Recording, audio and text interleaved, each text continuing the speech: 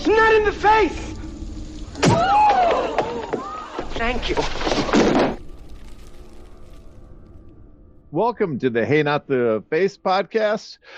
This is your host, John S. Nash, aka Hey Not the Face, my battle cry. We have a very special guest today, repeating guest, probably the person we've had on the most now, a whole 3 times, I believe. And that is Kurt Emhoff, Boxing Esquire, manager, attorney, podcaster, man about town in the world of boxing, and another great guest to discuss what's going on in the current state of boxing. So, Kurt, welcome to the show.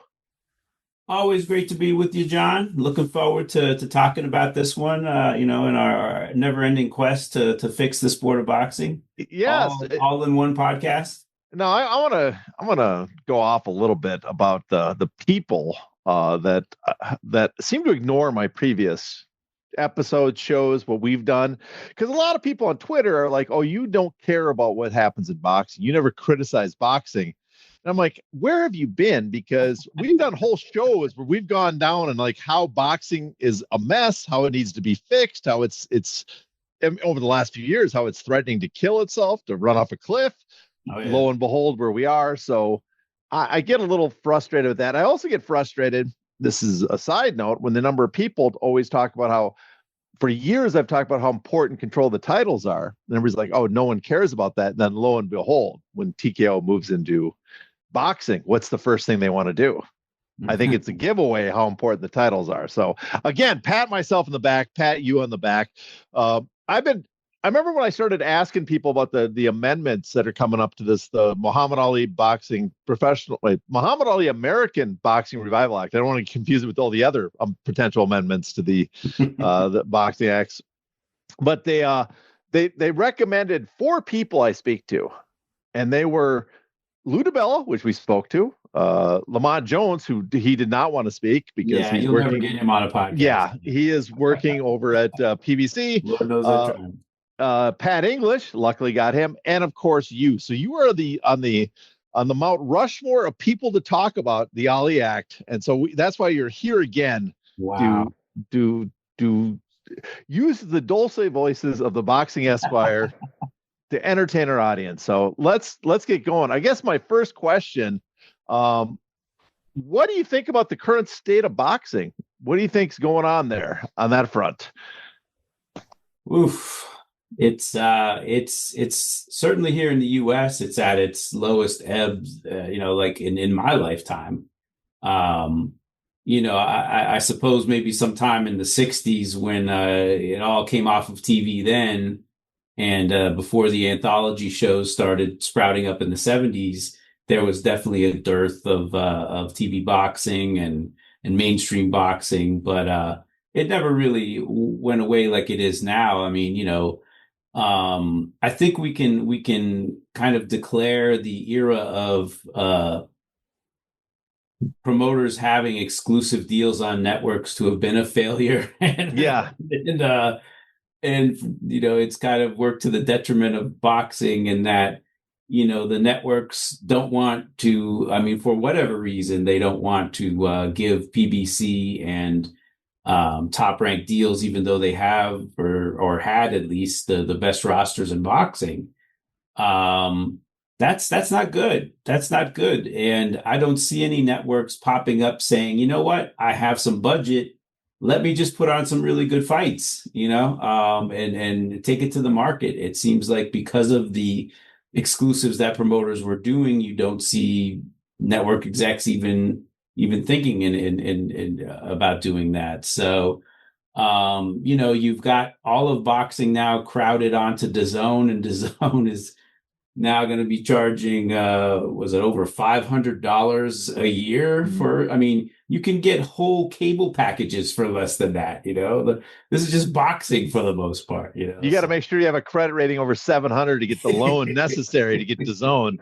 But also the bad thing about DAZN, not only does it, the fees are just exorbitant, is that no one watches it, no one knows about it. I don't know if it's accurate, but I think the estimate I heard was that there's less than 500,000 subscribers in the United States to DAZN.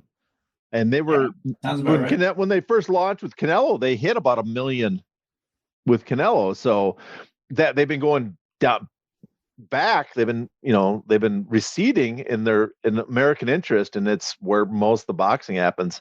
On the front of the exclusive deals, you had Larry Goldman, Boxing Insider, on recently. A great episode of your show. I recommend everybody go listen to that.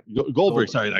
I apologize. I am familiar with him, and I apologize about that. A long day at work. My mind is shot right now. I hear you. Yeah. But it's a great episode. I think he really, maybe I'm not sure you agreed fully with him, but I thought he had a good grasp of what I think is happening in boxing, the current state, how bad off it is, and also the threat that TKO Zuffa Boxing poses with the Saudis.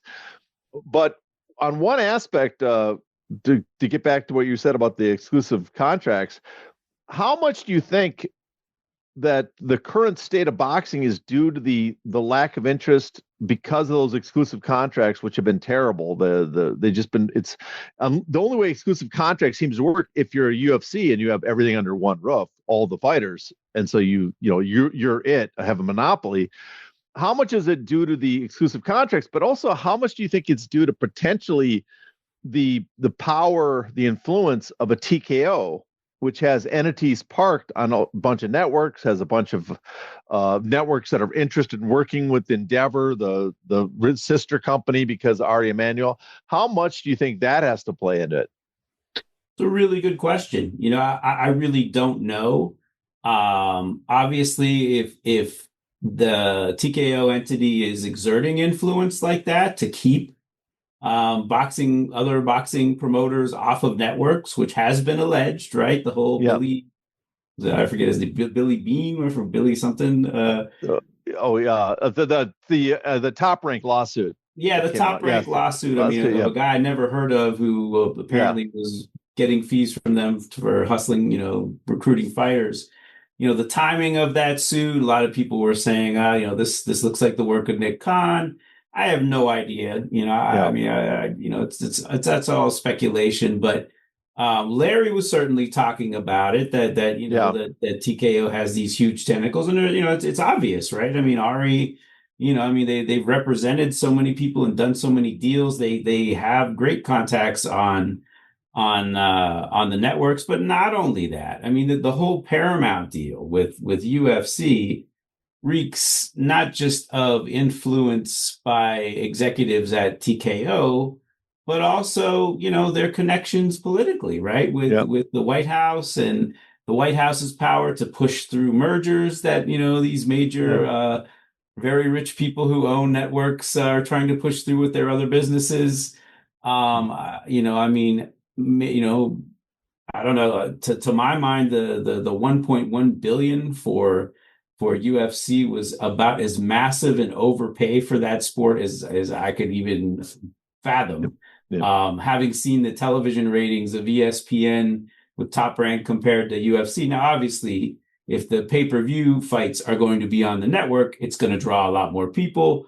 I'm sure, it's probably going to draw, at least when there's pay-per-view type fights on, you're going to have over 1 million viewers. But then again, it's not on like linear TV, right? This is the plus, right? Streaming. So it'll be interesting to see that, but to go like what Top Rank was making 60 million at best on ESPN, and their ratings were about 600,000 a show. If you blended the pay-per-view undercards with the kind of fight nights that didn't do as well, UFC was doing about 800 on like all in on ESPN. So that's a difference of about 200,000 viewers. So does that mean if they're doing 3/4 as well, they should get 750, 800 million for their next deal? I mean, to me, that's the math, right? But, Top Rank can't even get a deal, and UFC, who they're not the NFL, they're not killing it with the ratings. They're doing all right. Well, I mean, they give UFC some credit. They do bring a sizable number of subscribers with them because, again, they're the The problem with boxing is because it's across multiple platforms with multiple promoters, is you've divvied up the audience, and no one Right, can afford. you don't have HBO kind of aggregating the sport anymore. When you had HBO did gangbusters in ratings and did very well. You don't have that right now. You don't have that. That is, but there is. If you read the trades, a lot of people thought they overpaid for the UFC. They were surprised by the amount they got based on the metrics that are public. And there is there was the discussion, not just amongst us, with our tinfoil hats, is the discussion even in the trades, that part of it might have been some sort of quid pro quo or something, because it was reported that the negotiations to end for the FCC to allow the merger between Paramount and Skydance was negotiated at the UFC events. And Dana White, Ari Emanuel were the people that kind of negotiated the meetings for that to take place. So that's a lot of influence. So it's not, I don't have the evidence, but you also can't disprove it. It doesn't seem that outlandish, Right, so, as I was talking about with Larry, we're not the ones who can connect the dots right now, but you can see the dots pretty clearly. There's you can see that this entity, and as he pointed out, this is something I talk about. I think a lot of people underestimate TKO because it's an entity worth $38 billion right now, I think, in market cap.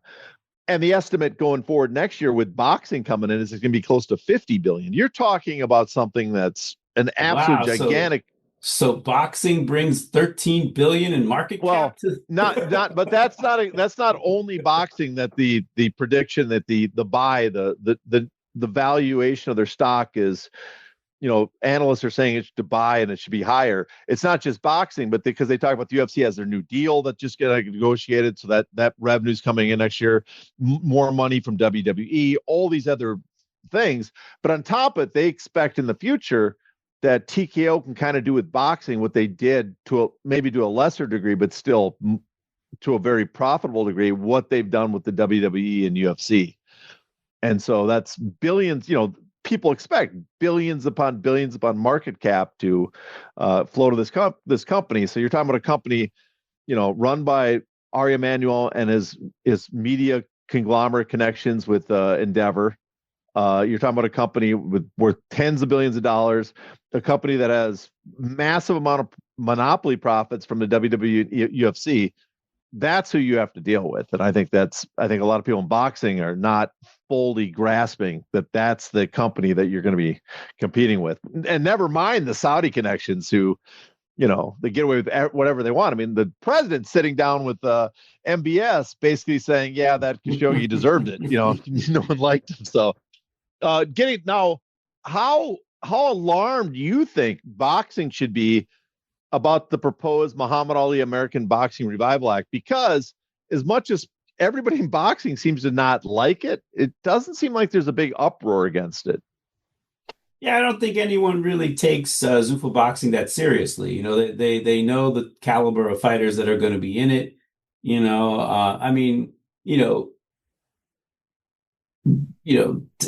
Let's take this argument where, maybe the guys in boxing are right. Like, it's going to be a league of misfit toys, not really great fighters, decent fighters, not great fighters. I mean, who knows how well it'll do in the ratings, especially if you got to pay for streaming to watch it. Like, although, let's see, I can watch it on Paramount paying like $7.99 to $10 a month. And to watch the rest of boxing, I have to pay 20 something to 50 to close to $50 a month. How much do I love boxing? I guess you got to ask yourself that question. So, I don't know. I think, people just don't take it that seriously because it's in boxing, because they don't really see, Dana coming in with a big splash. He's just coming in, in the waiting pool right now with the smaller fighters. So it's not really a threat to them per se now. But if you look at the big picture, if you look at how they're trying to ram this bill through Congress so that they can have similar power and operate in a similar way to how they do in MMA, and their connections to the networks and in politics, and the fact that Turkey Al Sheikh seems to, although I don't know if has the shine gone off of that relationship a little bit with the whole Netflix debacle, and then I mean, when you saw Dana sitting next to Turkey Al Sheikh at the one big fight they did, he didn't, they didn't seem like they weren't holding hands, they I were. I think people read too much into Dana as well, though, because they just had an earnings call and they were made it clear that Dana will not be on every boxing event promoting it. He'll be with the UFC still. And so I think, Dana in some ways is, he's a So magnet who's for their boxing attention. guy then? Well, I think I Nick mean, Nick Khan Khan's is, running the WWE. He he's can't they do have it Nick either. Khan. They got, Lawrence Epstein stepping in occasionally to handle stuff. They got that whole crew of people that came over from Probellum that are doing whatever they're doing at those Harrison, advisories. Yeah, yeah. yeah, So I don't know, but Harrison I'm sure Whitman. they have people that know boxing. So I'm sure they're not without boxing knowledge over there and they can't assign people. I think the Dana White, though, to me is just he's a magnet for attention and also distraction because everybody looks at him to, oh, this buffoon's going to get in boxing. He doesn't know what he's doing. And it's like, yeah, but behind the scenes is some very, very sophisticated dealings, not just guys that know boxing, but guys that know broadcast TV and financialization. And I do think, the concern right now, they are the promotion of misfit toys. But do you think that that's going to be a permanent case? Do you think? I mean, that's my concern. Is people will look at it and say, "Oh, look what they're doing this low end boxing promotion," and they probably have a small deal from Paramount that's not paying a lot because they didn't announce the amount. But I suspect that on one thing is, all the other boxing promoters are not on network TV. They're going to have a great time spot. They're going to have great promotion. So the more casual boxing fan will probably start tuning in. That'll help them. On top of that, they're working with the Saudis and Ring, who are paying a ton to get the best guys. And so I kind of feel like they're doing, kind of from a top down from the Saudis, but a bottom up from the TKO, where they're building these, I wouldn't say real great fighters, but building people that are cheaper that fans might know that they can build up and then, give them big fights on the Saudi stage. And eventually both ends will come together and squeeze everybody out. That's my fear and my concern. I don't think anybody's really, really thinking through about how that's possible in some ways. Yeah, I mean, it seems very far in the future in a very long game play, right? Because most of the top fighters right now are signed to, the top ranks. But are they? I mean, a Top Rank has no TV deal. They're signing people to other Right, people. right. There's like, Matchroom, yeah. Frank I mean, Warren and Golden Boy. I'm not sold that it's a long-term project as much as it's a semi short-term project till some of these other promotions are basically squeezed out of the business. And for now, TKO can keep the costs down, but lay a blueprint, lay a floor plan where Keep they the sit costs on. down. They're not spending a dime. They're not spending anything, and they're making tens of millions from the Saudis, but they're They're holding. almost reluctantly getting into boxing. Yeah, but they're holding down prime real estate on TV markets. They're laying a foundation from which to, like, this is the path you have to get to go into, Ring magazine events that the Saudis run.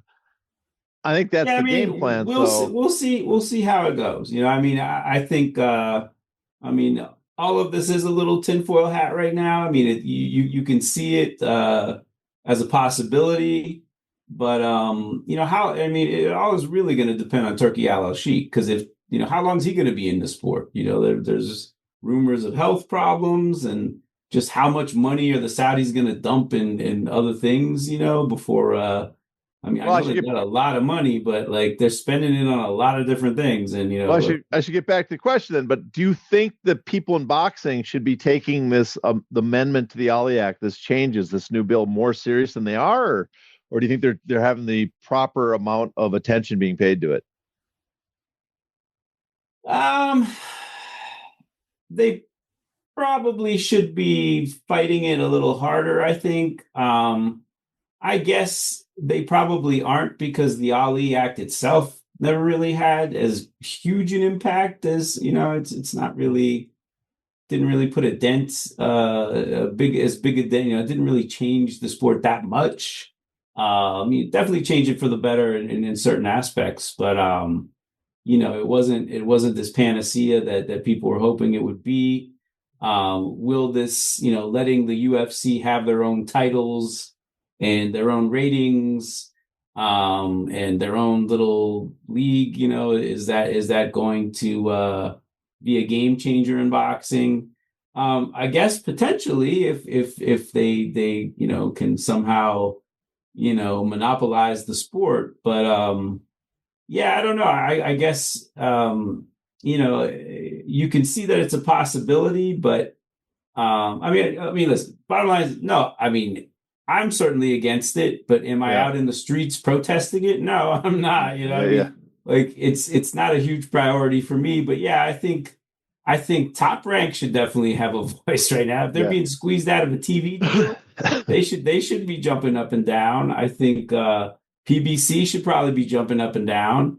Oscar just had some sort of op-ed in the Las Vegas newspapers opposing it. So maybe as it gets closer to actually going to a vote and all that, I think maybe you'll hear a lot more people. I'm interested, are they going to have hearings on this bill like they did for the Ali Act? Are they going to have people come in and testify? They pretty much, you have to have hearings to pass a bill. That's generally the rule. I mean, I don't know if it's a rule that has to be followed, but that's the tradition. You have to have a hearing before you can pass a bill. So Everybody assumes there's going to be some hearings. But like Oscar and Hearn, they publicly criticized this bill. But I guess my two questions are: one, do you think they fully understand the potential threat? Because they seem to obsess over the disclosure compensation, but they never bring up the idea that they're having their own titles. I mean, that is a threat. They always say, but then they also always defend that we're going to work with the sanctioning organizations. Do you think it's also a mistake that they're defending the status quo so much? Because that, to me, that strikes me as a mistake. It's the status quo is not, people do not want to see that continue either. It's like, which dog hair cookie do you want to bite into? It's kind of, the UFC system absolutely is horrible for fighters. Good for fans though, right? You're a fan of UFC. You like the matchups. Obviously you're not a fan of the business end, but I'm a fan somewhat. I mean, one thing, but when you have a monopoly, you don't have choices. So when you want the best fights, I know where to tune in. But I'm not sold that that's the best model for getting the best fights. I think it's absolutely not. Yeah, I don't. I think there's because again, sure, we sometimes get people that say, oh, we're getting the best fights more often in the UFC, but we don't know for sure because we don't know where people outside the UFC really lie. And then there's people like Francis Ngannou. He's not fighting Aspinall or Jones or anything like that. We are missing. And Aspinall's not fighting Jones either. Yeah. And I'm not one to say you have to force fighters to fight, but it would be good to have the option available to fighters that, to me, it's the flip kind of both boxing and MMA have almost the same problems, but it's the flip side of the same coin where boxing, it's great that there's competition, but there's no means to incentivize co-promotion and working together to actually define the sport. It's what happens to a sport when you don't have a monopoly. Yeah, right? Exactly. And it's complete fucking chaos. Oops, I just cursed. Yeah, Eastward, way to go. Now we demonetize. There goes the first one. Here we go. Yeah, but on the other side is UFC, where they can completely control the sport, and so the fighters get fucked. Let's be honest, they're not. I mean, you could just see in the last few weeks when we talk about Haney and Teofimo Lopez and Shakur and all them saying they're getting like 8 figures to fight. You don't see that in MMA. And on top of that, there's also the fact that, the UFC makes all the money, but also the product is all you're going to get is one promotion. And if you don't like that, the way they present it, well, tough titties because that's all you get. So that's they both, I think we'd like to see, me, you, most people, is something where there's some competition to drive up fighter purses. So it's fair. The people taking the brain damage get the most, but it also, in some ways, that there's something that incentivizes the best to fight the best to crown someone that most people would look at as the real champ, that there'd be some objective accepted ratings by the vast majority of people that are, at least for me, would not be tied to one promoter. And that's what's kind of missing in boxing, is that it's not all under one umbrella. Yeah. I mean, yeah. I mean, it's what's the best comp? I don't know, maybe a few years ago with the college football, where you had different sets of ratings. You had all these bowl games where, number one didn't necessarily play number two. And, and you kind of had to guess, you had people voting as to who the number one team in the nation was. And sometimes there'd be disagreements. So you'd have two national champs. And I mean, and that was better than what boxing has, but, I mean, it's, there is no monopoly in boxing. Could it benefit from a league, or at the very least, some sort of promoters association where they agree to have one set of ratings and one champion? And I mean, to be honest, if you just looked at the objective plan that Turki Al-Sheikh came in with and some of the moves he made, if I were someone with that much money, I might have made those moves. I mean, having Ring as the ratings and Ring kind of featuring as the champ, and trying to have a league where, you have the top, 15, 20 fighters in the division, kind of major leagues of boxing, all fighting each other, having the best fight the best, and then have relegation if guys, get beat 2-3 times, maybe you have a lower league too. I mean, He's funding the Riyadh season. He's funding the Ring. He's funding the big events for Zuffa now. He's funding the WBC Grand Prix. So he's kind of hitting just about every level of boxing. I mean, but it's not, it's still harem scarum. It's not organized because the promoters will not, they'll hold out. They don't seem to have taken a shining to this concept of the league, which to me makes sense, but maybe they just don't want to have, Turki Al-Sheikh running it, or have Turki Al-Sheikh get them all together and then mow them all down and let Dana White run it. So yeah. Well, that's also the other problem too with what his plan was. He moved everything to Saudi Arabia away from the fans, and that's been detrimental in both Britain and in the U.S., which are the major markets, and which more tinfoil hat people would say was intentional to like basically kill off those landscapes so they can just come in.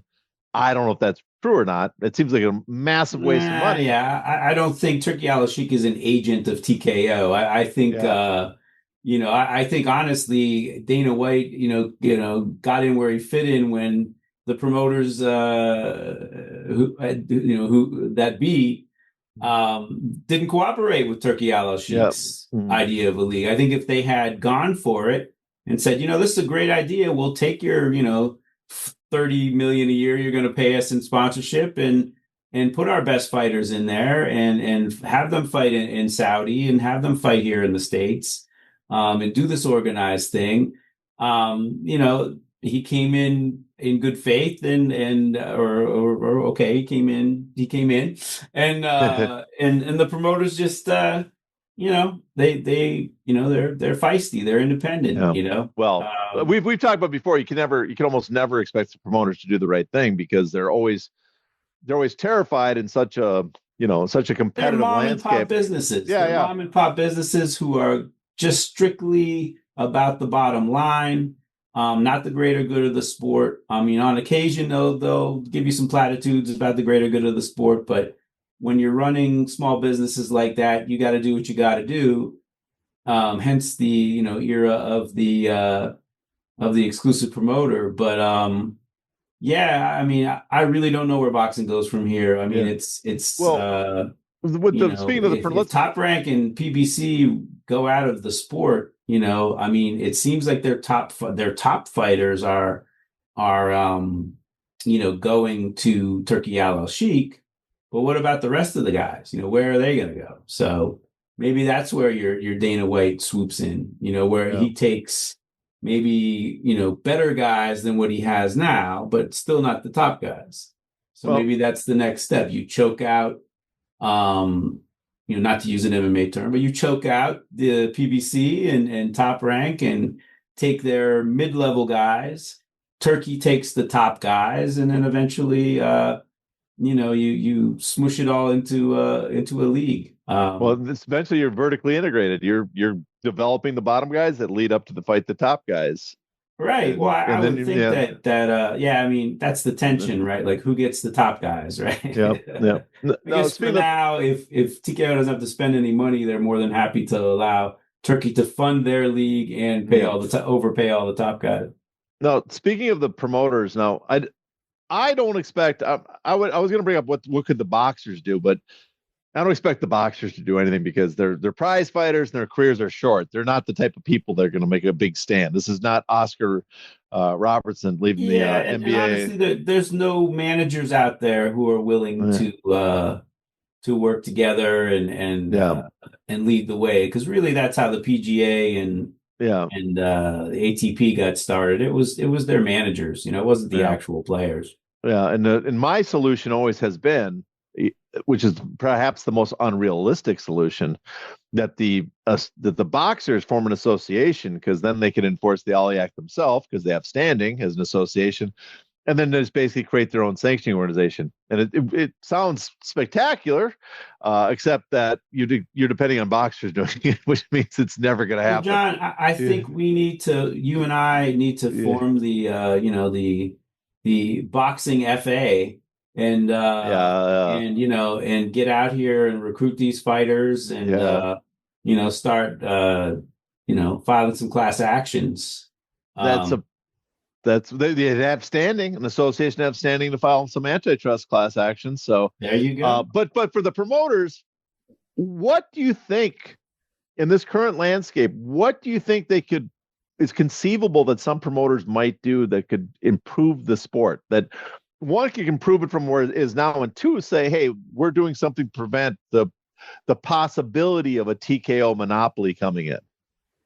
I mean, what I've always said they should do. They need to work together. They need to, and I hear Eddie out here, defending the sanctioning bodies and the status quo. I just think, I mean, if it's between him and Turkey Al-Sheikh, I'm with Turkey Al-Sheikh on this one, who said on more than one occasion, we only, 4 champions is ridiculous. Yeah. I think you can't defend the status quo. I mean, and listen, there are arguments for it. Fighters make more money when they get a title. It definitely makes it a little more democratic. And in all honesty, of recent vintage, you're seeing more title unification fights than you've ever seen in the past. And guys becoming undisputed champions. So maybe. And I should note that was happening before. People like to credit Turkey for that. That was happening before Turkey, the few years before. Absolutely, yeah. It was happening in the sport. While the World Boxing Super Series was going on. That's how Usyk got all the titles. So I mean, it's so it can be done. You can have one champion per division, even if you have 4 titles. They would definitely have to change their rules a little bit to allow for that champion. Maybe having and I remember Maurizio talking about having like a unified number 1 contender. Like as they unify the titles, they should have the number 1 contenders have to fight each other so that there's only one. Let's skip the promoters, because as much as we think they should work together and maybe have some sort of system where they could be on a broadcaster together, like maybe the old HBO days, they could do something like that. The sanctioning organizations to me are the biggest problem, and the sanctioning organizations seem to be the most clueless. To me, about what's happening. What I liked about the World Boxing Super Series was, there we go. I got it. Yeah. What I hated about or what I loved about the World Boxing Super Series was that it made the sanctioning bodies irrelevant. For the most part. I mean, if you put the best guys in the tourney, no matter what titles they have, the winner of that tourney is the best fighter in the division. So yeah, to me, ideally you'd have the promoters forming something and forming, or and going with an independent set of ratings, like a ring, like a transnational boxing ratings, even BoxRec, and Yeah. crowning one champion and then going from there and having a set of rules where they defend against the top contender. And you like the idea of having not just one eliminator fight, but have a four-man tourney of a eliminator. The box office, the traditional method Yes. of parading a contender, and I If you always thought we have should bring. two of the top four contenders fighting in any division and you only have one champion, you have legitimate world Yeah. ratings, it's going to be a good fight. Yeah, I mean, yeah. But I mean, Lou DiBella brought up the possibility of the WBO and IBF potentially merging, and I thought that'd be magnificent. And on top of that, if that's even conceivable, if they really would do that, because perhaps they understand the threat being posed, because everybody hates them so badly that could, the animosity towards the sanctioning organizations could lead into people voting for this bill. I would not only like to see them merge, I would like them to go back to the original proposals of the Ali Act, which the Attorney General suggested a whole new ranking system, basically like the college ranking, with use the writers and use a computer and put it together, like and it's a like hybrid. yeah, I've and definitely something talked about that too. an extremely accepted ranking that would be better than any of the remaining sanctioning organizations. I think that would be a big winner. That'd be a big help. The other possibility I'd like to see the sanctioning organization think about is one. I mean, they're going to get hammered on their sanctioning fees. They should really think about either lowering their sanctioning fees or setting a portion aside for a pension, which has always been the prize at the end of the rainbow for boxing and how to fix boxing. And that's something, just taking one of the 3% and setting it aside for the boxers, I think would go a long way. Yeah, it's I mean, that's not a bad idea. I mean, the IBF has a pension plan. That's true. They do. Yes, I should know what they do. Of But course, it's they very, take their sanctioning fee and yeah, take your money for the pension plan. yeah. I know I've got a couple boxers who have some money in that. I'd really like to know what's going on. I hope the fighters know what's going on with their pension plan. I mean, you see though, in California, the commission had a pension plan, and yeah, half the fighters didn't even know they had the money in it, even though they got taken out of their purse. Well, that's slightly more confusing because you have to cross a certain number of fights, and a lot of those guys are fighting small club shows, and they don't realize that they're. I think that's part of it. Where if you're in a sanctioned bout in a contender or mandatory, and you basically say we are taking 3%, but half of that is going into a pension, I am sure someone's going to go. I'll keep track of that. That's a sizable. I just think amount of money.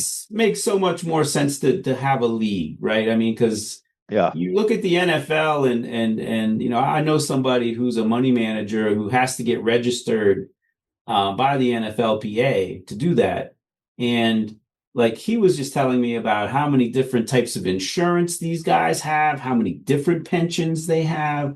Like it's so much more organized. And I mean, it is the major leagues of football, right? I mean, you'd have to do that with boxing. You can't just, I mean, there have been people who've attempted to like the California Athletic Commission, I mean, McCain commissioned that study. I have it somewhere where you could do a pension plan for the entire sport. I just think that's a little unrealistic. As much as everyone in the sport deserves it, there's just not any money in those club shows. I mean, I've seen the books. There's like, I mean, Lou DiBella did very well. He had sponsors. He had TV money for his club shows. That's two things that most people don't have. So these guys aren't making a ton of money in the club shows. I don't know that they're going to have much of a pension fighting club shows. But if you establish something at the top end, hopefully, it would, you could use that same model and maybe have, major leagues, a AAA, a AA, call it whatever you want. Maybe, AAA and AA seems to offend people. So maybe use some other nomenclature. But, I mean, even I think the minor leagues in baseball, as big as baseball is, I think they just got some sort of like players association or union I mean, they didn't have one before. So, I mean, it's hard to Yeah. organize at the smaller levels where there's not a lot of money. Um, Yeah. but I think at the major league level, yeah, it makes sense to have some sort of pension plan Yeah. to pool all the resources like every other sport. The major promoters who have the best fighters under contract right now, they could still do Yeah. it. Well, It makes sense. I You mean, got this, really creepy guy, the TKO trying to come up and yeah. snatch your fighters and colluding with Turkey Al Sheikh to try and, if there is such a thing going on, a plan to kind of fleece these guys. I But mean, I mean, I can't mean, say we didn't tell you so. my proposal in many ways is one, because it's good for the boxers in the sport. But the main reason I propose that is because, the sanctioning organizations, I think they're in serious trouble in the future, because of this proposed bill, because of how much they've basically burned through any goodwill in the sport, but how awful they've acted. And I'm like, well, if we're trying to do a couple things, one, improve the sport, but if you guys are trying to survive, then I think you have to introduce something that says we are legitimate stakeholders. We are here to see for the better of the sport. We are not here just to be leeches. And I think that would be something that would, at least indicate to people that, yes, you are making a positive contribution to the sport instead of just taking massive sanctioning fees all the time You're talking and about printing titles. like putting aside some of the sanctioning fees Yeah, for it's changed it. I mean, the whole thing, the WBO and IBF working together, introducing better ratings that maybe all the sanctioning organizations use. I don't think they're going to merge. I don't know exactly what they're going to do, but uh, I guess they're going to try and work together. I mean, yeah, well, they've I talked haven't about really that. seen anything concrete. I mean, have you seen anything? I No, mean, no, I was just bringing up because Lou DiBella brought up the possibility. They said next summer or next fall, when they do their conferences, they're going to do it at the same time and have kind of like uh, these cross bouts where they're champion versus champion. But I'm like, well, that's probably a year too late. No one's going to care at that point, and I don't think that's, you got to go further than that if you're trying to impress people with what's going on in I the mean, sport. listen, if they got together and unified all their titles, that'd be Yeah, great. oh, that would That's be, like but half of the that's. belts. Well, and the other thing is just getting rid of, declaring that you're no longer going to have all these secondary titles, no matter what. You're going to honor your regulations and rules that, managers can't be skipped, that you will do like, we will do eliminators or box offs to declare the contenders, things that I think improve the prospect of the sport, people's chances to ascend, and make it more meritocratic. I think all those would be positive, but I don't know if I don't hold out much hope. As like you don't hold out much hope for the promoters, I don't hold out much hope for the sanctioning organizations to get their act together. Was then Nah, that gets us to the other potential stakeholder that could do something, the Association of Boxing Commissions, the ABC. And you're already shaking your head. Now, I want to point out they do have they have the power, even though they say they don't, pretend they don't. They seem to have the power to do something, because if you remember, and I remember when Mike Mazzulli got really upset at the WBA and he threatened them that they're not going to honor the WBA as a sanctioned belt. They're not going to let their officials come in. They're not going to let them choose their own officials. They're basically going to kill them in the United States unless they make changes. That kind of demonstrated, didn't it, that the ABC, if they really want to, they can influence the behavior of the sanctioning organizations. Yeah, I mean, it was a rare occurrence, and I don't know if he was kind of speaking out of the side of his mouth really with that, because I don't know that they really had the power to do Yeah. a whole lot. But yeah, I mean, that was a positive outcome. I don't know. I think the WBA is back to their old business, though. At this point in time, they're starting to, repopulate all those, secondary They, titles. So I mean, it was all fine and good, but no follow up. but you have people like Andy Foster saying how we need TKO to introduce this bill to basically save boxing. And at the same point, I'm like, we saw Mike Mazzulli. Greg Serb apparently at one time suggested that the ABC get back into sanctioning bouts. Kirk Hendricks of UFC fame, formerly of the Nevada Boxing Commission, he suggested one time the way to fix boxing is we just do not sanction bouts we don't think are good.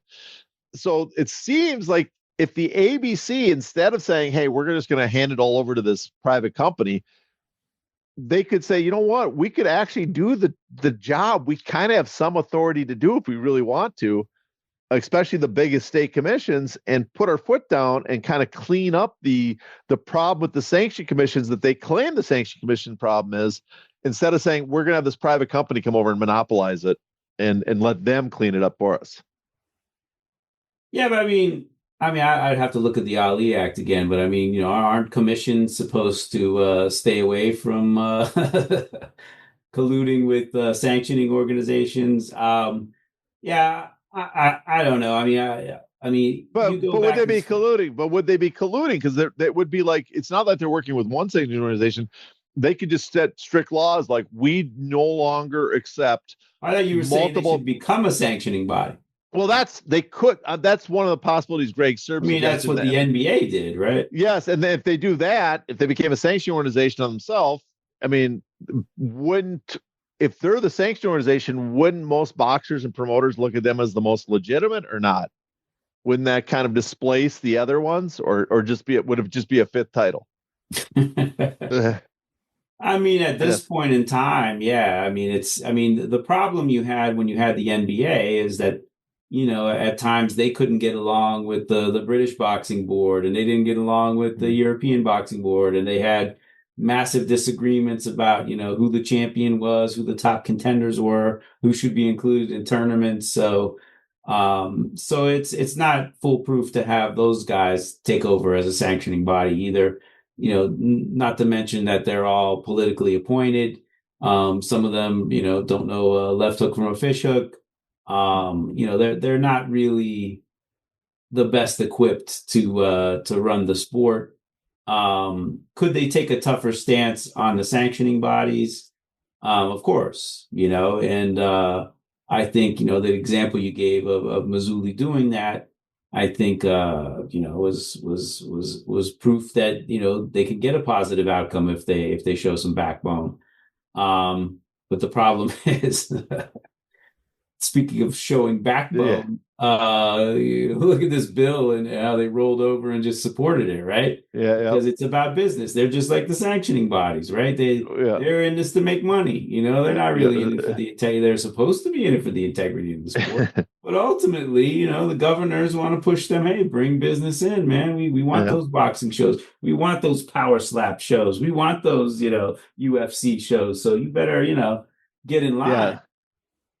Yeah. The one weakness with doing the right thing and saying, oh, we have the power to clean up boxing ourselves. The one problem with that is that, yes, you could clean up boxing, but that doesn't guarantee a big check from the site fees or the gates and the pay-per-view or the broadcast fees that they pay when the big promoter TKO shows up, because they could just say, you know what, we're not going to your state because you didn't support us when we wanted it. We asked for your support.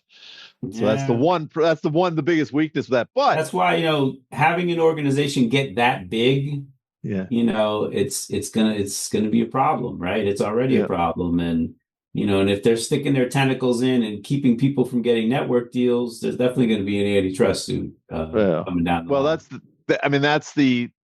the risk that people ignored. Classic monopolistic leverage, where if you gain monopolistic power in one enterprise, you can use that to gain it in another. There's already lawsuits. In fact, my firm was involved in one with the WWE trying to keep a wrestling association off of a network. So it's they better be careful. If they're going to try and pull off the coup that so many people think they're going to pull off. There's ramifications if you're squeezing people to get a monopoly. And instead of just Rob Macy out there, Top Rank and Golden Boy and Al Heyman, PBC can definitely hire better lawyers. Well, Rob Macy's with Montague. Yeah, they're good. Montague. They're a good class Yeah, action. he's working with some of the biggest firms in antitrust. I think the last few years, not just the UFC case, what we saw with Facebook, with all these other cases, have shown us. Yes, there's punishments for engaging in antitrust violations and monopolizing something, but it's a slap on the wrist, and it's just the price of doing business, and you're allowed to continue afterwards. So Yeah, I'm not sure it's that depending on who's in charge, right? Yeah. yeah. So I'm not sure it's that big a threat or that big of a fear that, oh, we might get punished. It's more like, well, we'll get a monopoly first, collect monopoly rents, and then we might have to give a portion of those back because we're sued, but we won't have to give up our monopoly. Yeah, I mean, it'll be interesting to see what happens with Johnson, right? Because Yeah. because that has the equitable relief, right? Where Yeah. they might be changing the contracts and the ability of the UFC to have long-term Yeah. contracts. And obviously there's precedent for a monopolist in combat sports who had exclusive contracts and was squeezing the market to lose that ability. So well, totally interesting. The IBC of New York was in a different era, and I think it was. Yeah, and I think even this case it does have injunctive. I think the Davis case is bigger because that's exclusively injunctive relief, where the Johnson case, because it has part of damages, a settlement will most likely be make it go the result. away, right? I think, yeah, we'll pay to make it go away. But again, we're making billions per year, so we'll pay a large sum, but we will preserve our business. Okay, so now I'm going to lay off a couple things I'd like to see the sanctioned organizations do, and you tell me how insane those are. Number one, not the sanctioned organizations, but the ABC, I should say, towards sanctioned organizations. Number one, I think they should say basically you cannot print multiple titles under the principle that is fraud on the public when you declare these world titles. You can't have multiple world titles. That is fraud. That you can only declare one. There can only literally, by definition, be one world championship. So when you print all these extra titles, you are defrauding the public. And so we will only let you. That's pretty much saying that all of the sanctioning bodies are committing fraud, though, because there's multiple titles. They kind of are, but at least for their sanctioning organization, it is the one world titles that won for each sanctioning organization. So that's the number one thing I'd like to see the ABC crack down on, the multiple titles.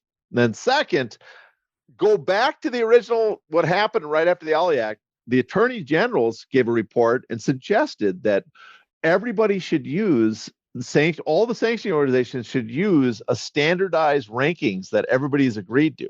And I wonder, could the ABC say, we will only accept rated bouts that are used these ratings that were suggested back then? Basically kind of like a college poll. Like it was a writer's poll. Yeah. The National Association of Attorneys General. Yeah, I saw that. I actually met Elliot Spitzer when they had their hearings in New York. Could the ABC, if the ABC had the will, could they get away with that? I doubt it. You don't think they can get, you don't think they can get away with it because it wouldn't stand up in court, or you don't think they can get away with it because they wouldn't have the will to do it? Yeah, I mean, I don't think they have the authority to do it. I don't think it was given to them by Congress, but I don't think they really have the will necessarily. Because even with the WBA thing, I mean, Mazzulli was kind of, he was like, a lot of the state commissioners said they'd support me on this. But that sounds more like let's put it this way. If like the top 6 to 10 commissions all agreed on that together, would that be enough? Or would that still not hold up in court, or would still not be enough for the weight they would need of a unified front on the ABC to make it happen? If they stood up and said you all have to use the same set of ratings, both want one, you all can't print multiple titles, we won't allow that, and second, we want you to use the suggested rating system that the attorney generals recommended coming out of the Ali Act. I mean, I don't know that it would make much of a difference, to be honest with you, because they would all come up with their own members of the media who would be in their ratings committee, and they'd still come up with different ratings than each other. And I mean, maybe they'd be a little better, but who knows? I mean, I remember talking to someone who was on the WBC ratings committee, and it was basically like, every month they work really hard, they argue with each other, they come up with this, what they think is a really good set of ratings, and then they'd give it to Jose Sulaiman, he'd do what the hell he wanted with it, and move people around as favors to promoters. So, yeah, I don't know, man. I don't have any faith in the ABC. I mean, not no faith, but like in terms of them actually doing things that would clean up the sport, I don't think that would happen. And the bottom line is, for sanctioning bodies, it's ridiculous. It's unwieldy, and like as you said, their history doesn't suggest they'll ever be good stewards of the sport. Even though there are some people running some of the organizations now who I think are really trying hard. I think Gustavo over at the WBO, I give him a lot of credit for transparency and genuinely trying to make it a more orderly process over there. So, kudos to him. And I like Daryl at the IBF, and I think, they genuinely, try. But I mean, I look at their ratings and I'm like, they're so out of whack with what's really going on in the sport. Isn't it fair to say? Isn't it fair to say the IBF WBO, because they're both American based, New Jersey and Puerto Rico, that they seem more attuned to kind of sticking to their rules and guidelines of not making shit up as they go along? Yeah, because of the threat of litigation. Yeah, has kind of that'll do that for you. But what's crazy is that the WBC probably has the best ratings at this point, but they also have like the most wishy-washy rules that just bend to whatever will make them the most money and whatever Maurizio thinks the parties he's dealing with will be happy with. They're horrible at enforcing rules, and the WBA, I don't even want to talk about the WBA. They're fucking dead. Yep. Now that gets us to, since no one will do anything to fix the sport, gets us to the last option, which right now is the worst option because it's a bill being written by one company. But if you could somehow hijack that bill and actually make actual changes to the legislation of the Ollie Act to fix boxing, what would you like to introduce? Because there's been proposals I think would be very helpful, but everybody's ignoring those previous proposals to introduce this TKO UBO system, which is, it's an obvious play by them to basically take over the sport, to write a bill that'll let them do whatever they want.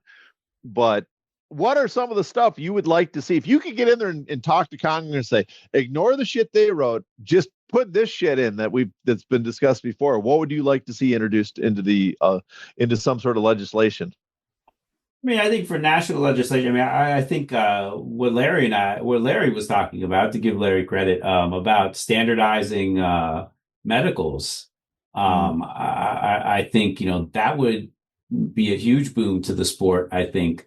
And McCain proposed that numerous times, right, with the National Commission. I mean, I don't know how many iterations that went through, but you're always going to have pushback from states that don't, I mean, that's budget. It's going to cost them money to do drug tests and to do, MRIs and CAT scans, and if they're not doing them, or providing, 2 or 3 doctors at ringside and 2 ambulances, it's expensive, and it'd be expensive for the promoters. And especially if they're, most of the shows they have are just club shows. Yeah. It's that's a big ask, but that would be nice if you had uniform medical. Well, I mean, to me, the most obvious, and we can skip this, is that let's just pass the Professional Boxing Amendment Act that was introduced for like 10 years after the Ollie Act, that had the National Commission and a bunch of other stuff. In 2012?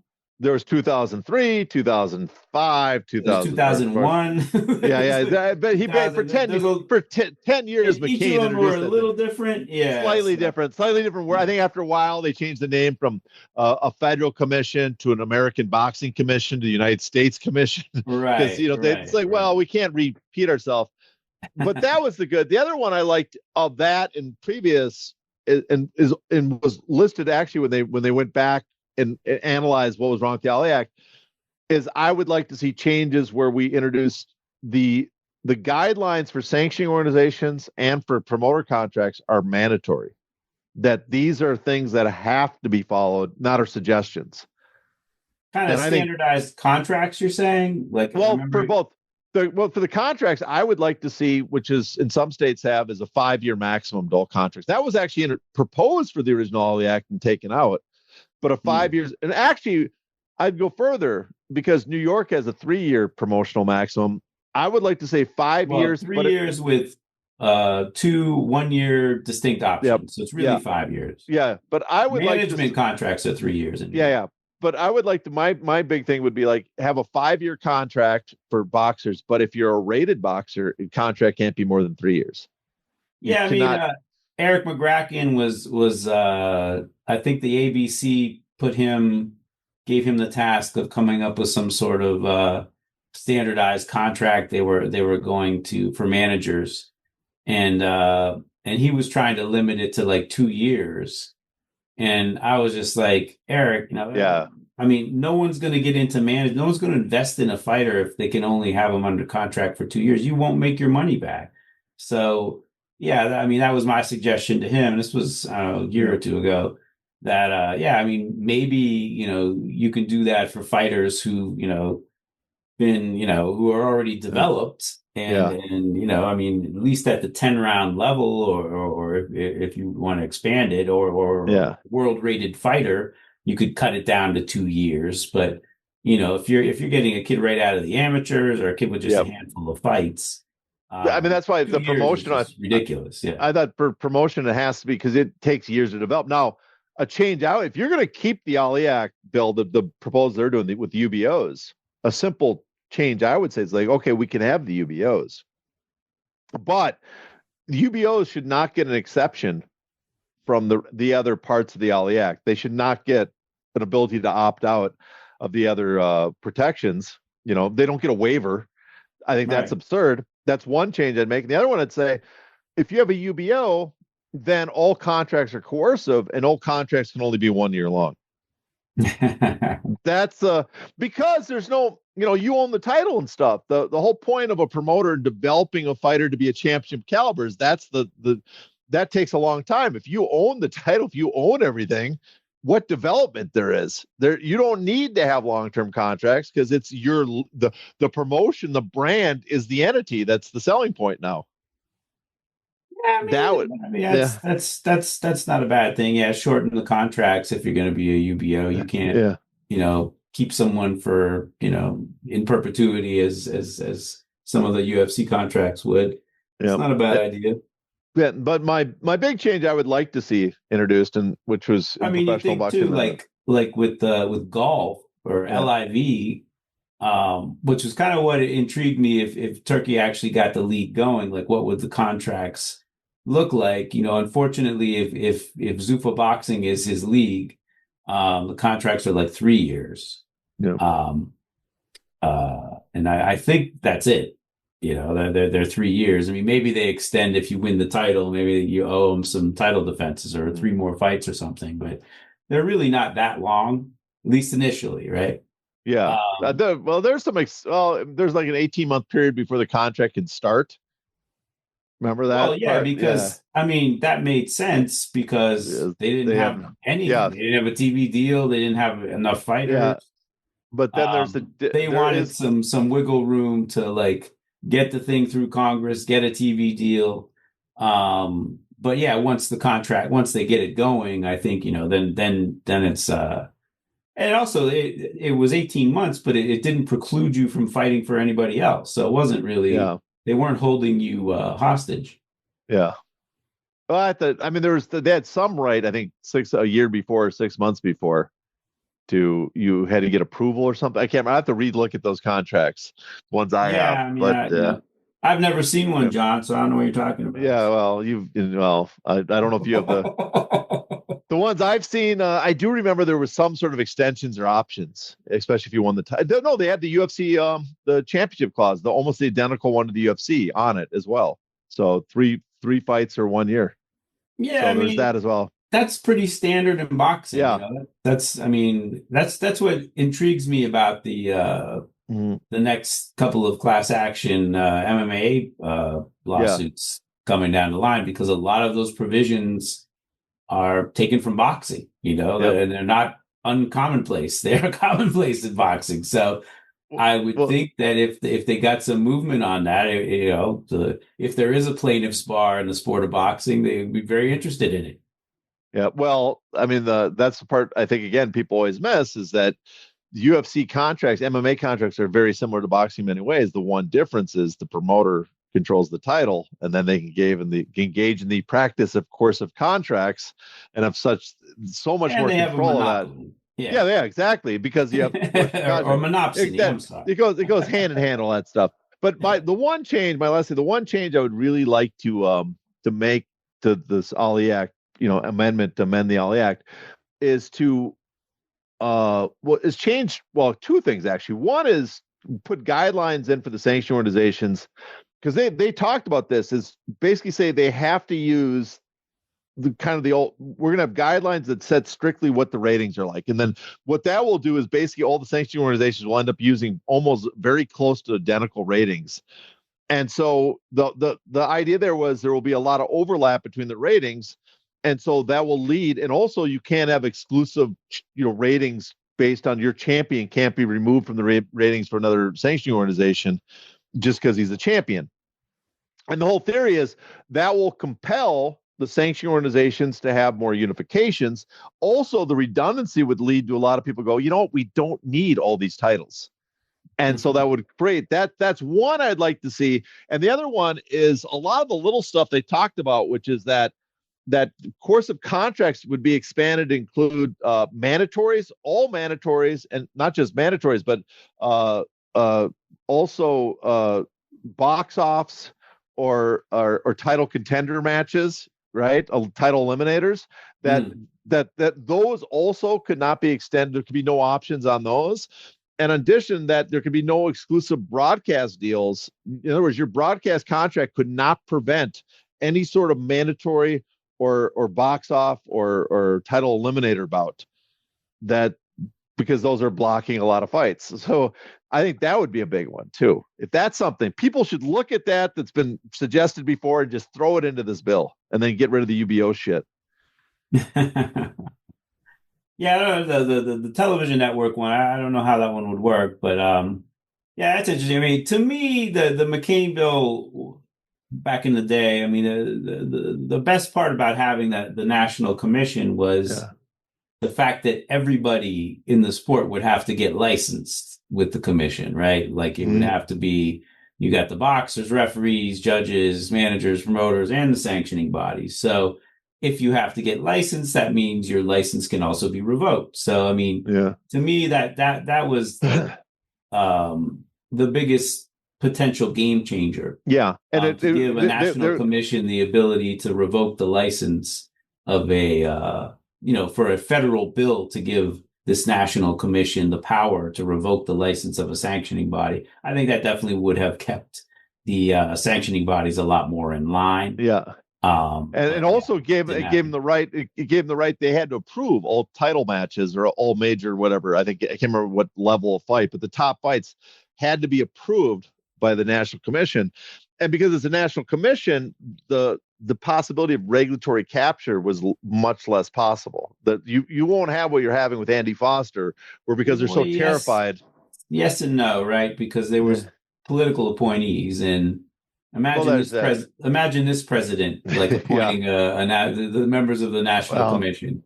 Yeah, well, Trump has proven Ari Emanuel, Dana White, Trump has proven. Trump has proven to be the exception to any sort of policy. So any proposal you have would have been destroyed, derailed by a Trump administration. So that's right. He's trying to deregulate. But that's, I mean, I don't know. To me, the sad thing is that, we had a very good bill to fix boxing that no one supported. And now everybody's lining up to support a terrible bill that helps one entity. And all these people in the commissions, all these people in the boxing media, I shouldn't say all the people in the boxing media, but a select section of the boxing media are just can't wait to wave the flag for that bill. And none of them were talking about the previous. I'm sure you look back, there was very well. I remember Kevin Iole was strongly against the Professional Boxing Amendment Act, if I remember correctly. Why was it? What was his objection? Oh, because he figured that the federal government couldn't oversight. It was too big for the federal government to oversight. Never mind, if you read the bill, it's a sliver of the boxing matches they have oversight over. But right. I mean, not to listen, I don't want to cast aspersions on Kevin Iole, but that article struck me as someone that got talking points from someone else, wrote it up, put it on the page, and he was doing it on behalf of some friend in the industry. So that's what it struck me as. It's an argument, you know. I mean, there's not too many other sports I can think of that have as much government intrusion, and that would be a huge government intrusion into the sport. And you know, I'm a lefty, but I really think that the sports that are run the best, I don't know, like that are doing really well, you know, they don't have a lot of government influence going on. Well, I mean, wasn't the whole point of the hearings of the LA Act and all the other hearings is that boxing's incapable of producing a governing body, and that's why Congress has to step in and act on behalf, because boxing as a sport is incapable of doing that just by its nature. Cannot. Once they broke up the mob monopoly, you know, they've had a tough time putting the sport back together. Actually, you know, once the NBA or once the World Championship Committee from the 50s kind of came apart, and then the NBA splintered into the BC and the WBA, and the multitude of sanctioning bodies really hurt the credibility of the sport. And then especially since the major ones were really influenced by certain promoters, and still are to a certain extent. That was kind of the downfall of boxing, and taking it off of national television didn't help either. But it is what it is. Yeah, I mean, in terms of being organized, it's never been organized. Yeah. Except for when it was, the mob had a monopoly, and the World Championship Committee, like all of the so-called governing bodies who were commissions at the time actually, had a plan to work together, surprisingly at the same time that the mob was in control. But yeah, well, I mean, that's part, for a lot of people, that's boxing part of was on every network, imaginable in prime time, several times a week. So that was the weird chaos of boxing has always been kind of its appeal in some ways, but I think in other ways is that the fact that networks no longer want to have people that oversee their boxing product, and the sanctioning organizations have gone so far from where they were on just trying to print as much fucking money as they can, take as much money out, that has proven to be detrimental. And that's hey, I like some of the chaos that boxing had. That's wild, some of the Wild West features, but there has to be some fucking structure. There has to be some way, because it gets so splintered, no one cares. It's entropy takes over as you spread further and further apart. Yeah, and the tragedy of it is, if you actually did organize the sport, its ceiling is really high, Yeah. We've talked about that before, that it's been proven that when you put on a big fight, that the amount of revenue generated is insane. Just look, boxing gets lambasted by UFC, everybody does, but just look at what the biggest fight of the year has been this year by far. Canelo versus Crawford. Right. $50 million gate. A $50 fucking million gate. Tens of millions watched on Netflix. It was the talk of the week on the air. And this Jake Paul Joshua fight, Jesus Christ, I can't believe that really is going to happen. That's going to be massive as well. There's going to be I hope it happens. I share your skepticism about it happening somehow. Listen, it's a bullshit fight, but I don't have. I'll watch it. That's one, unlike the Tank Davis one, where Tank had, he held a championship. He kind of had a fight due to Roach, and also was just absurd. It was going to be an exhibition.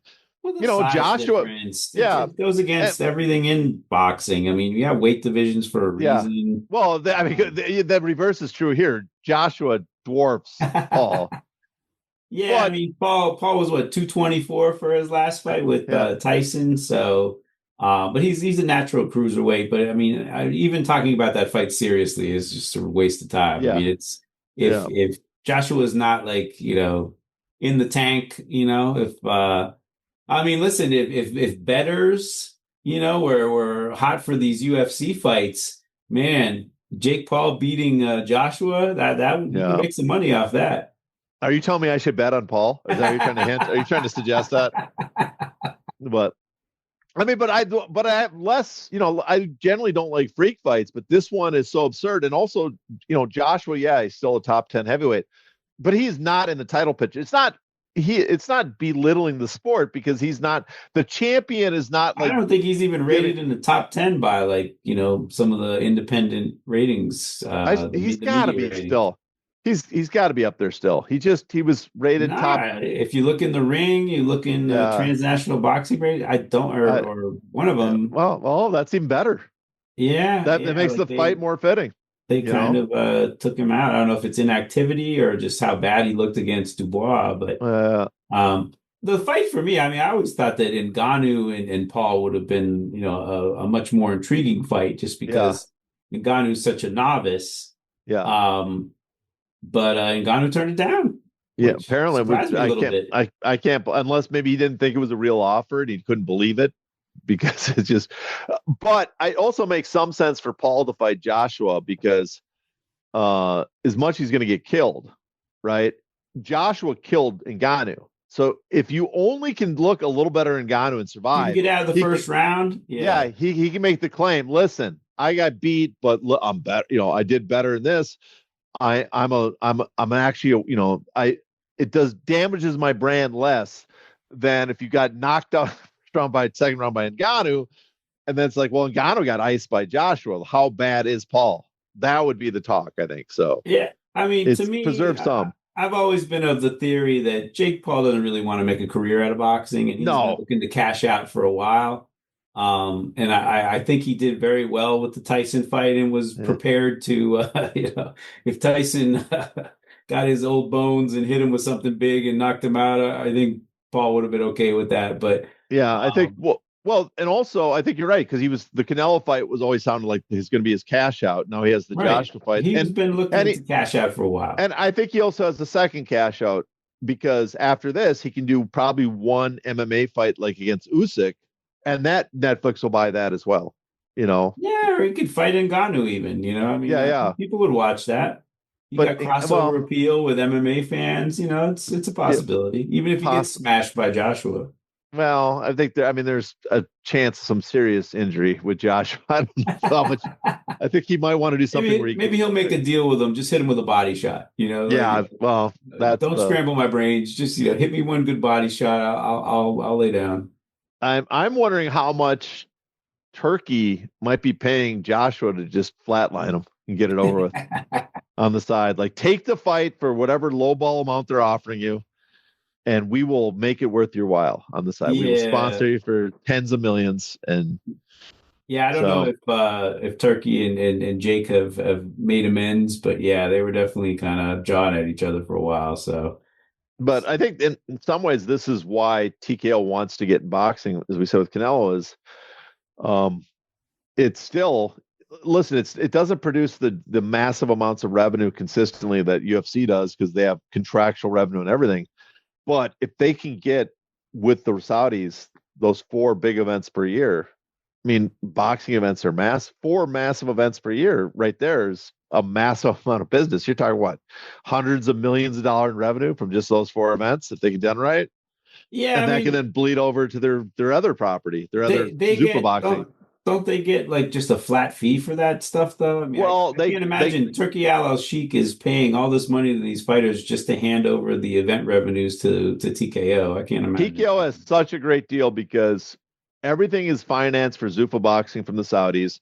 They get a $10 million per year management fee. They get which is chump change for them, but yeah, but just the management fee though, just the management. I take it, but for them it's not much. But on top of that, they get ownership in Zuffa Boxing, even though the Saudis are paying for everything. Eventually, TKO will have 40% if they hit certain metrics, none of them which involve them putting money in. And on top of that, they get to be the promoter, not financier, but they get to host the events, sell all the rights for their big Saudi ring, the 4 events per year from Ring Magazine, of which they get a percentage on, and they estimate that'll be $10 million per event, which is all profit.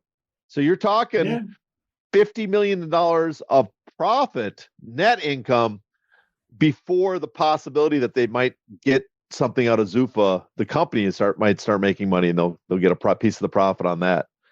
Yeah, it's a sweet deal, and it's all due to the Zuffa myth, that Dana White actually does shit. Well, I mean, put it this way, this is why they're in such a good position. 50 million would make them more profitable than probably any 2 or 3 boxing promoters put together right now. Yeah, possibly. I don't know how much they're making off of Turkey on these Saudi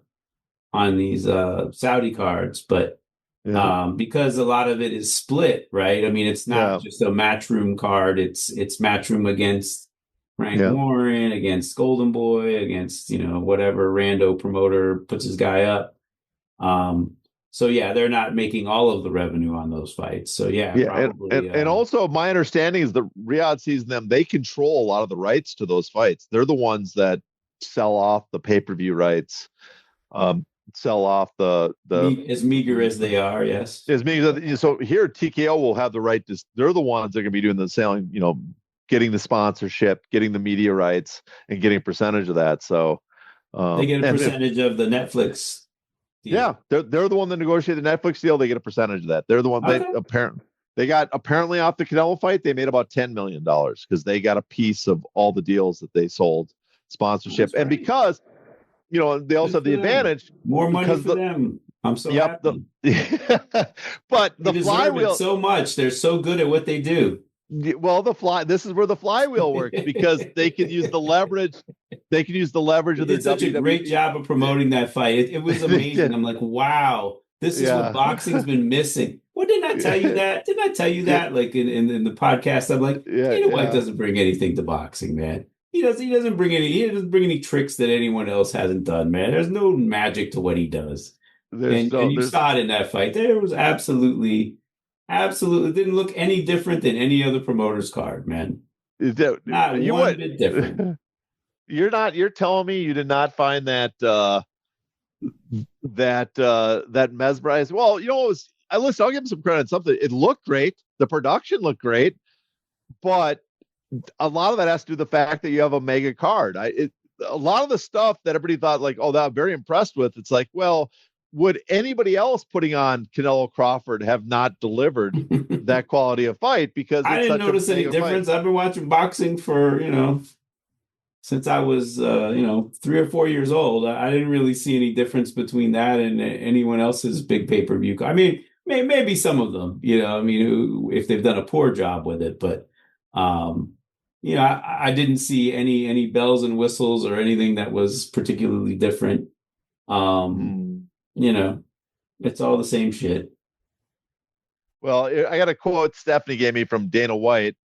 For Dana White on Zuffa Boxing. I'm going for all the guys that'll be stars in 5 years. And then later he says to Andrew Schultz, what type of pushback, or Andrew Schultz asks, what type of pushback are you receiving from them?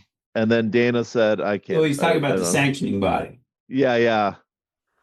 It's hard for me to read. I'm on my phone, people. So and also I don't have my glasses on. Andrew Schultz said, what type of pushback are you receiving from them sanctioning bodies? And Dana White said, fuck them, I don't give a shit. Yeah.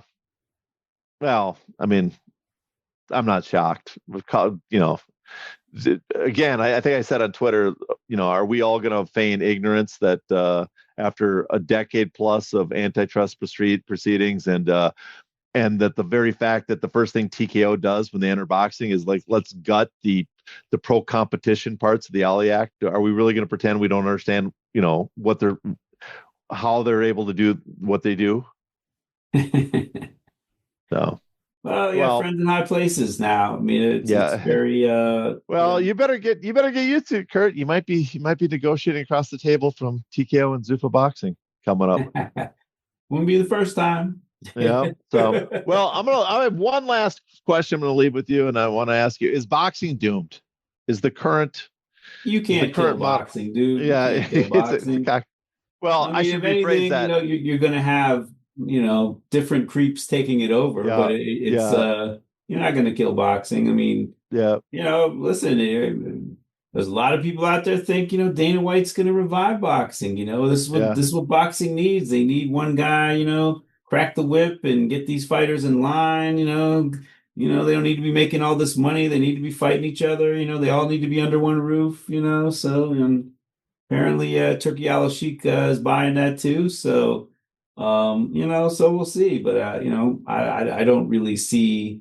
I don't see TKO trying to kill boxing. I see TKO seeing a very large market and trying to add it to their portfolio. So, yeah, it says something about the sport of boxing that they give a shit, right? So, yeah, um, yeah, I don't think boxing's doomed. Maybe boxing as we knew it over the past couple of years is going to get shaken up a little bit. But man, I mean, we can all say, "Oh, well, I told you so. I told you so." But let's see. Let's see what happens. I mean, as I said to Larry, there's always a possibility this thing just falls on its face. The Paramount, the Zuffa Boxing thing. I mean, yeah, you know, I know a couple of boxers who are. I mean, I know a ton of boxers. Well, not a ton, but a handful who got offers and didn't take them.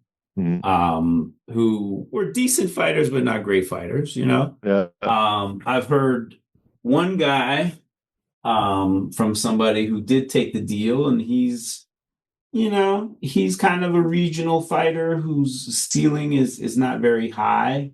And that's kind of the guys you're going to see on there. You're going to see guys who, aren't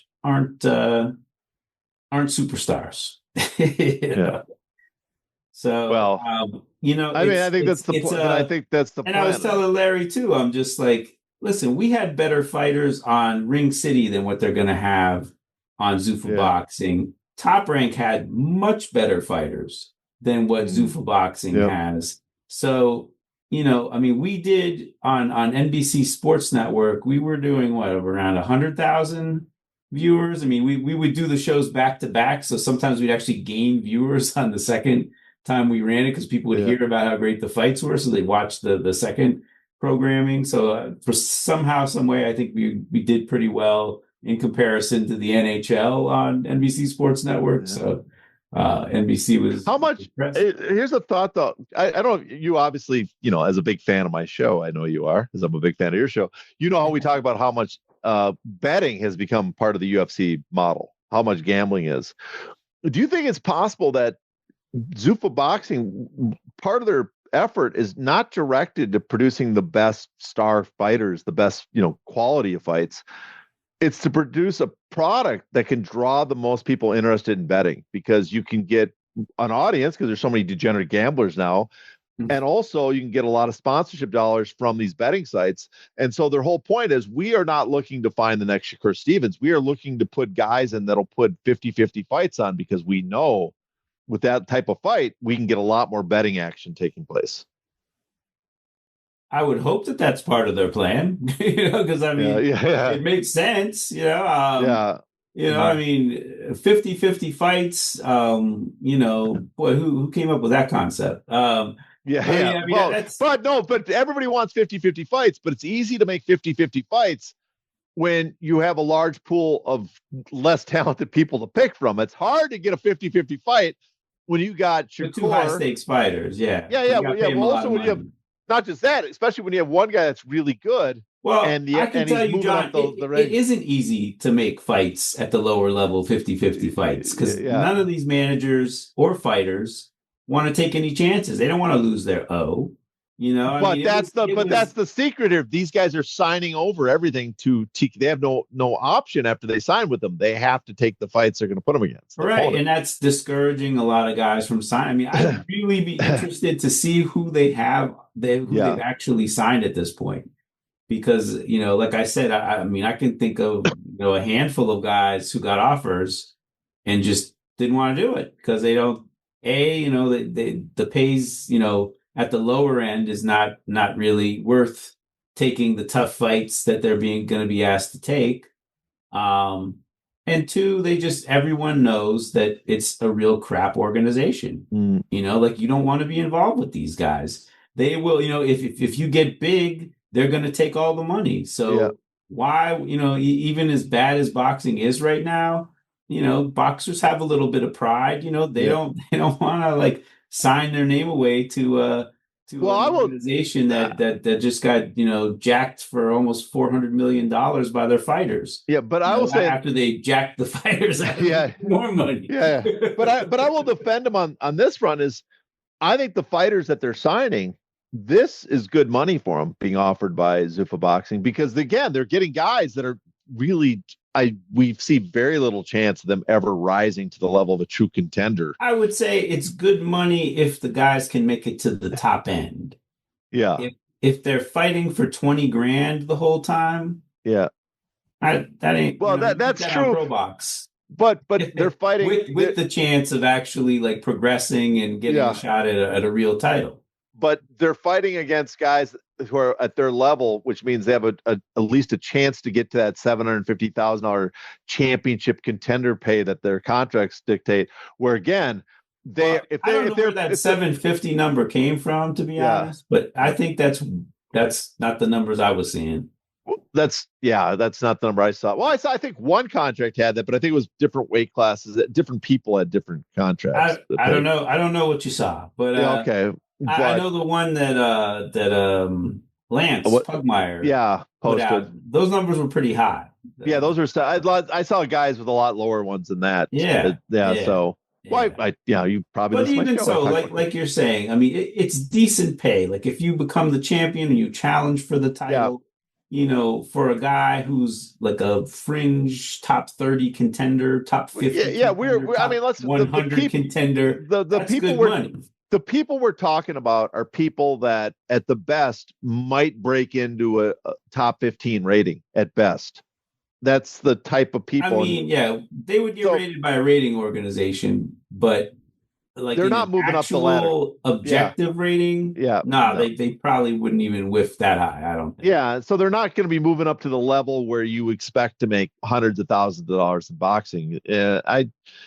I don't know. Dana's goal is to have his guys, his champions, have at least one or two guys, at least fool the public into thinking that they're world class, and then that can be done. That can be done. Move up and fight one of Turkey's guys. Yeah. But it's funny, recently Pro Box, because Top Rank doesn't have a deal, they're farming their guys out to other people. Yeah. And they had one of their young guys, an Olympian, Tiger Johnson, fight a guy who was on a nice run on Pro Box, and he was beating people. But you saw that there's levels to this thing. Yeah. And the guy from Top Rank just absolutely annihilated like the guy who's been headlining on Pro Box 3 or 4 times. So, it's it'll be interesting to see. I mean, what happens to Top Rank and PBC, to me is really telling. If they, at this point, it looks like they're just going to waste away, right? There's no television deal. Isn't ABC? I mean, isn't PBC announcing that Amazon has more cards for them set up for next year? Which would be good news, but I'm not sure how much. I really don't know what type of deal they have. It seems like they're all pay-per-view cards, though. Yeah. Or one or two, off pay-per-view cards. But it's they're a shadow of what they were because they don't have a television deal, and they still have some great fighters, who are kind of dying on the vine, and Top Rank is like sending their fighters all over the place to fight. Yeah. Where catch can. I mean, they're trying to keep them busy, and they've got some great young prospects. We'll see what happens. We'll see what I mean. And I'm conflicted because in a way, I'd really rather see them not get a television deal, because I don't think it's healthy. I mean, I don't think I mean, there's a reason why they're not on ESPN anymore, because people were a little disappointed in the matchups because it's Yeah. Top Rank's the only one on the deal. Well, I should I want to see them go to the zone. No. Well, I think to rephrase what you said, I think you don't want them to have an exclusive TV deal. You wouldn't mind them I don't going want on to somewhere. see them have an exclusive TV deal because when they've had them in the past too, it's just and any promoter who has an exclusive deal. I mean, DAZN gave a lot of people exclusive deals, which is and you see this reflected in the price now. I mean, I don't know, but none of these television deals, if you added them all together, would add up to $1.1 billion. So if you ask me what could fix boxing, I would say, how about Paramount giving putting up $1.1 billion a year and enticing the big promoters? Yeah. Say, all right, make the right matchup be like HBO. We got this budget. Let's go. Let's see the best fight the best.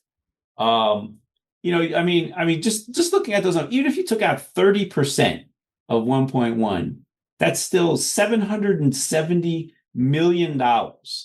You divide that by 12, that's around $65 million a month you have, which is more than the entire Top Rank deal on ESPN at its best, Yeah. And I'm sorry, UFC's product isn't anywhere near worth that. It just isn't. You can't convince me otherwise. It's not even close to worth that. If you're going to value Top Rank at 60 million a year and give these guys it's so far out of whack. It could only have been politically influenced. Like there's no way in hell they're worthy of a 1.1 billion. There's just no way. And even you've said like their pay-per-views have been tanking. You can't even say, oh well, the pay-per-views it won't pay for that. But I'm just like, hey, give that, put that deal out there for boxing once these guys, once their TV deals are up with the zone, that could fix boxing. Bring it back to HBO days, have a huge budget like that and have someone curate the fights like, Lou DiBella used to do. And, and it would be great too if the promoters actually organize something underneath that umbrella, so that, they made sure that, the best fought the best. I mean, you look at the NFL, right? And the NFL has a whole committee that works with the television networks so that everybody gets fed, everybody gets a great game, and that everybody's happy. And they come out and that's how they make their schedule for the year. Yeah. Like, imagine if boxing did that. Obviously you can't plan a full year in advance because people lose and this and that. But when Showtime did that, like, kind of run out where they brought all the fighters in and they had, press conference and this and that, like you could do it by quarter. You could plan fights out for 3 months at a time. I don't know. It's not rocket science. It's not, fantasy, but when are we ever gonna get to that? Well, I mean, that's the antitrust cases in the 60s when they let the leagues negotiate as an entity, basically collude. That was they're given an antitrust. I wonder if the promoters got together and formed some sort of promoter association just for TV rights, they would be allowed to do that, because that would probably theoretically that would vastly increase the amount of revenue they could generate if they worked together that way. But again, you'd always have some enterprising lawyer out there for like Salida if he's not included to to like sue for. So you'd have to keep it in open box, right? You'd have to have no barrier to entry. Like if you've got a good fighter, come on in. Well, the type of collusion I was thinking more is not just the negotiation, is what you said about the organizing, is that they get together and say, this date is taken because we have guideline rules. the order that people get a date, and that way we're not competing against each other on different Right. channels. Exactly. And so we If can you have a increase our committee rate. that's doing the scheduling, you're not going to have these fights going head to head and killing each other. Even though the NFL sometimes does that too.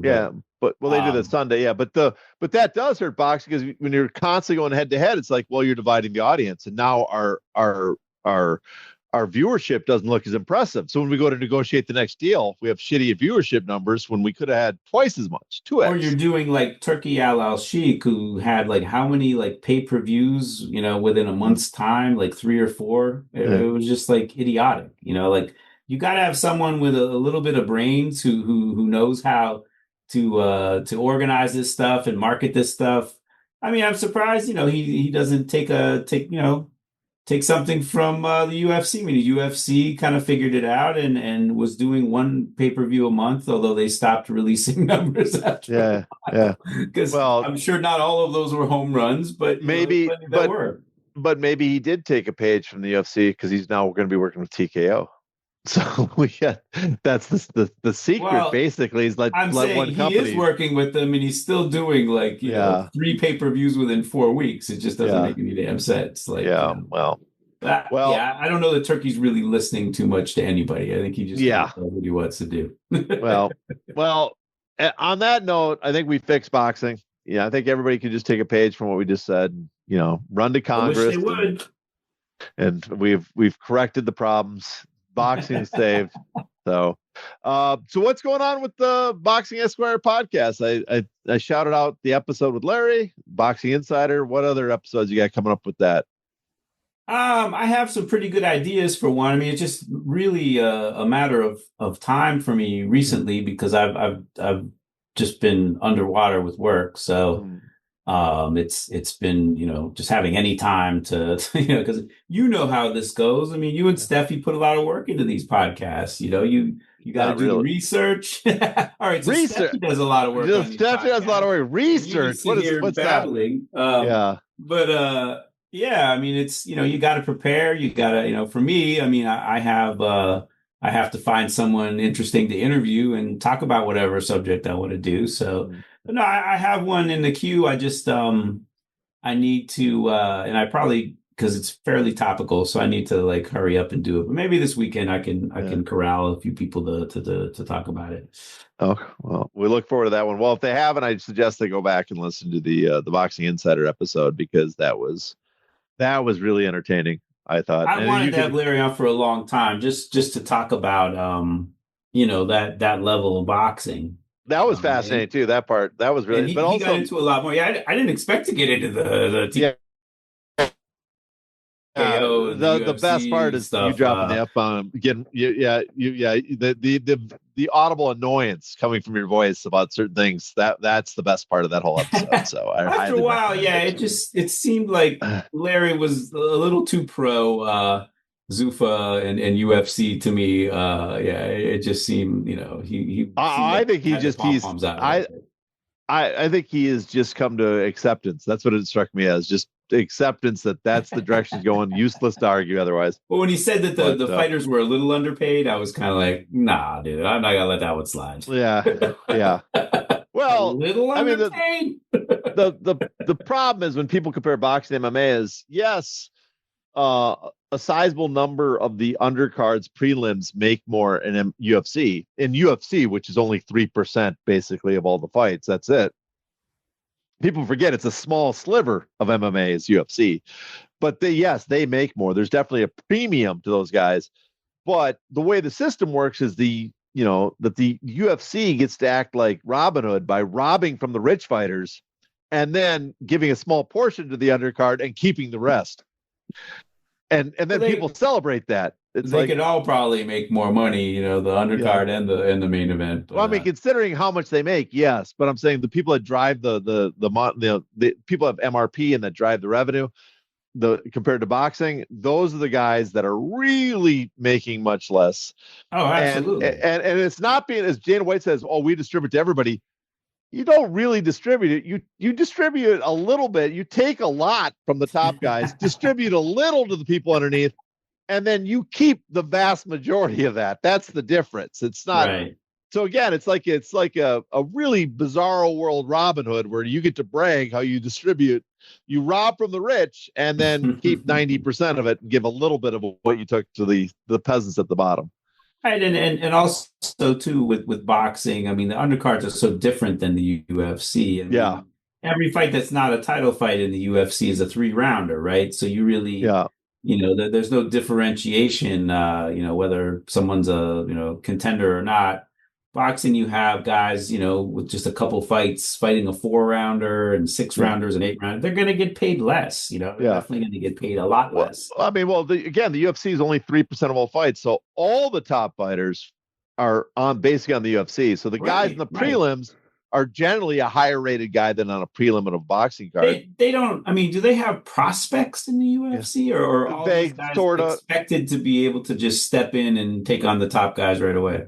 So they don't. I mean, they don't really need to do prospects. They don't need to build fighters because they control everything. It's like you either are able to fight at this level or not. We're not here to develop you at all. So that's not a concern. So yeah. I mean, I think that hurts their business a little bit too, though, because if you could have groomed a couple guys who had, I mean, this is probably a horrible example. It also shows my ignorance of MMA. But they had. I mean, in boxing, Jake Paul is now headlining on Netflix and making a lot of people a lot of money. UFC had CM Punk, and. What do? They put him in with like 2 guys who could fight and absolutely got him annihilated in like a minute or 2 in both fights. Or I don't know, just the one fight I saw. Yeah. He got completely annihilated. I'm just like, no, if I would have played it like that. Well, they could have let him win a couple fights. I mean, look at what Scott Coker did with Herschel Walker. That's kind of the difference. Scott Coker gave Herschel Walker bottom of the barrel type fighters, not to be mean to those guys, but people that he could beat, and he did, where, we have a level here at the UFC and we are here to make sure CM Punk gets embarrassed. But I think part of it that was also their intent, because they would either have CM Punk that make money on CM Punk and have him leave damaged instead of leave, eventually when his contract runs up, leave successful and be able to bring the show somewhere else where he could get, someone else could find success with them. That their method prevents. I think you could have let him win at least a couple fights and then just put him in with some killers and have him get decapitated, and he comes out of that damaged. Yeah, well, that's you. As a company, you make a little more money off of that, but yeah, whatever. But you know what? Don't have me giving the UFC advice. Yeah, I mean, listen, they just got a $1.1 billion TV deal. They don't need fucking any advice. Everything's working the way they. Working exactly the way they want. Yeah, no. They've definitely, they've done, it's almost suspicious how much money they got in that thing. Someone ought to look into it. Yeah. Well, next podcast, I'll see if I can get someone. Anyway, sir, I thank you for having you on. You can be found on Twitter at boxing_Esquire, ASQ. Yes, is that your handle? That's it. The Boxing Esquire podcast you can find. For listeners, please subscribe get the bonus material behind the paywall. I don't know if this episode is going to be behind a paywall or not, but if not, I guess you're subscribed. So I think you're paying customers. I think you should put it behind the DAZN paywall. Yes, this is you know what, people, we're going to have a DAZN tier from now on. So I thank you, listeners. And until next time, I can't remember the catchphrase, but anyways, thanks for Ow! Ow! Not the face! Ooh! Okay, the face!